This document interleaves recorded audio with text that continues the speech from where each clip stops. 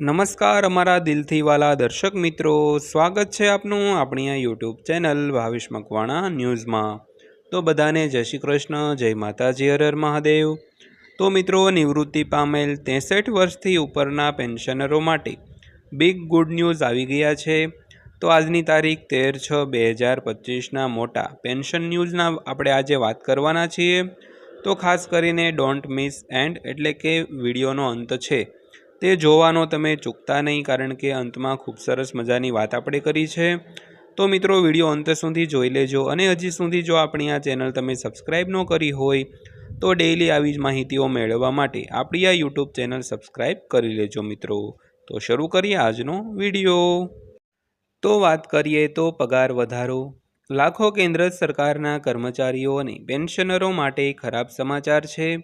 તો 1 જાન્યુઆરી 2026થી 8મા પગાર પંચથી વધેલા પગારની અપેક્ષા રાખનારા લોકોને વધુ રાહ જોવી પડશે। તો નીચે આપેલા સમાચારમાં અમે જણાવીશું કે કર્મચારીઓ કેટલો સમય રાહ જોવી પડશે મિત્રો।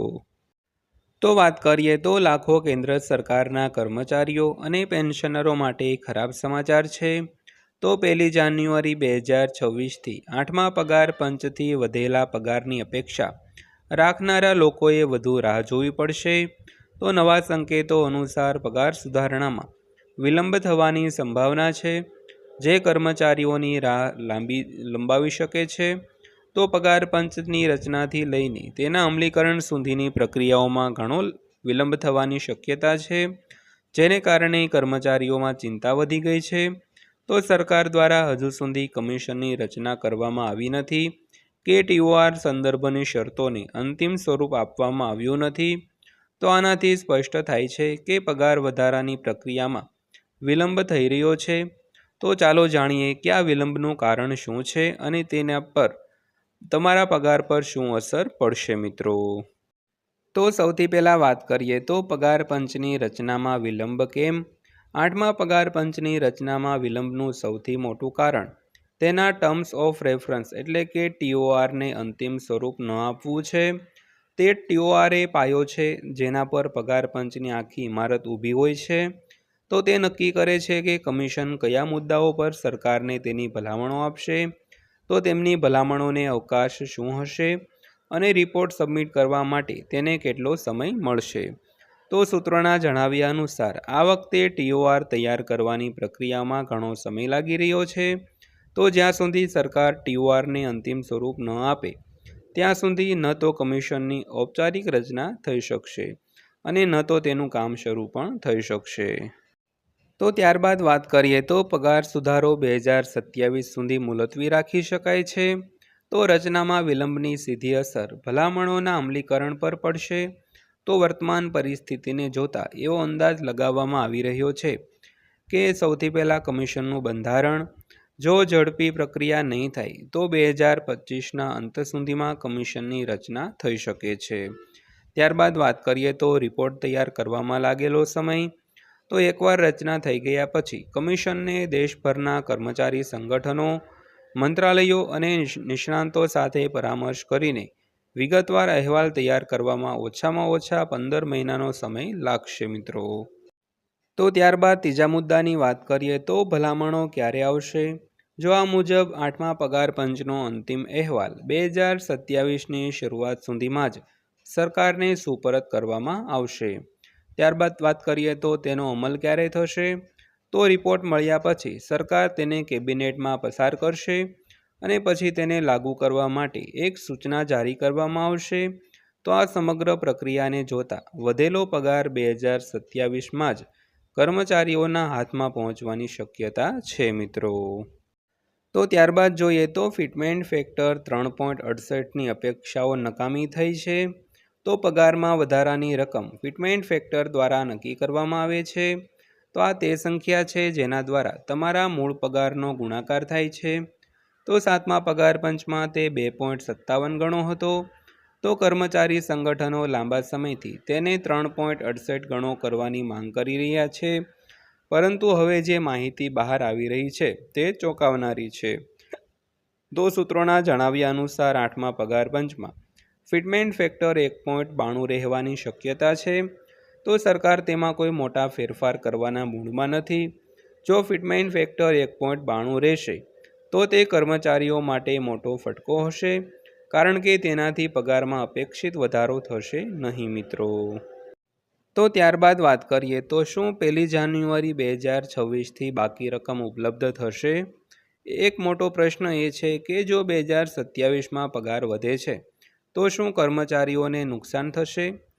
તો અહીં રાહત મળી શકે છે. જો સરકાર 2027માં ભલામણો લાગુ કરે છે તો તે પણ 1 જાન્યુઆરી 2026થી તેને અસરકારક માની શકે છે.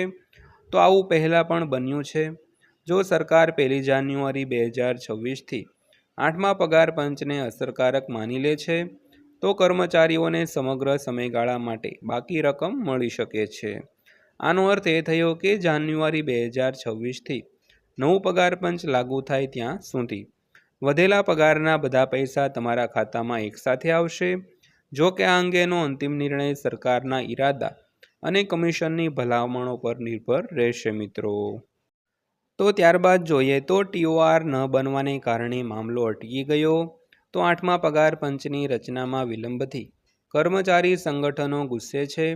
તો તેઓ સરકાર પર TOR એટલે કે ટર્મ્સ ઓફ રેફરન્સને અંતિમ સ્વરૂપ આપવા અને શક્ય તેટલી વહેલી તકે કમિશનની રચના કરવા દબાણ કરી રહ્યા છે. તો કર્મચારીઓની માંગ છે કે કમિશનની ભલામણો 1 જાન્યુઆરી 2026થી લાગુ કરવામાં આવે અને વિલંબના કિસ્સામાં સંપૂર્ણ બાકી ચૂકવણી કરવામાં આવે. તો TOR પોતે જ કમિશનનો કાર્યક્ષેત્ર નક્કી કરે છે અને તેના વિના ભલામણો શરૂ કરી શકાતી નથી. તો હાલમાં TORના ડ્રાફ્ટ પર ચર્ચા ચાલી રહી છે મિત્રો. તો ત્યારબાદ જોઈએ તો ભવિષ્યની શક્યતાઓ શું છે? તો સરકારનું વલણ હાલમાં સ્પષ્ટ નથી, પરંતુ સૂત્રોના જણાવ્યા અનુસાર 2025ના બીજા ભાગ અથવા તો અંત સુધીમાં કમિશનની રચના શક્ય છે.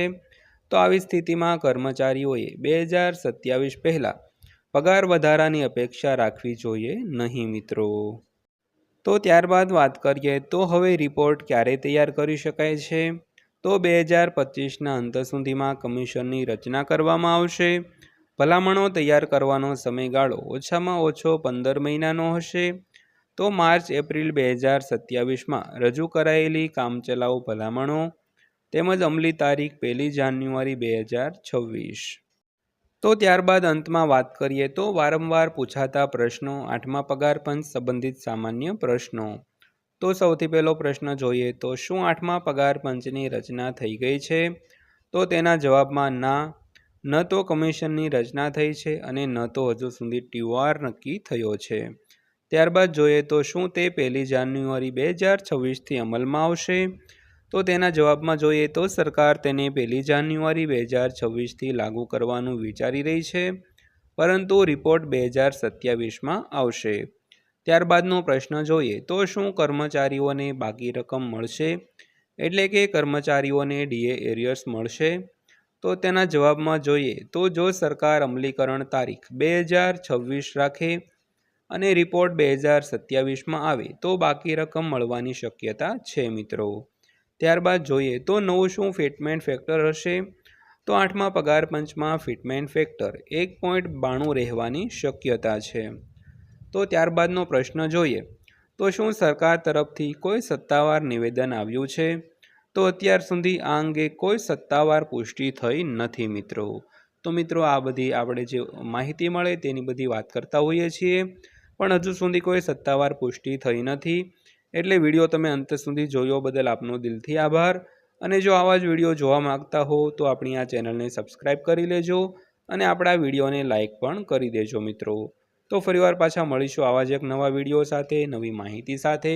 ત્યાં સુધી સૌને જય હિન્દ, વંદે માતરમ.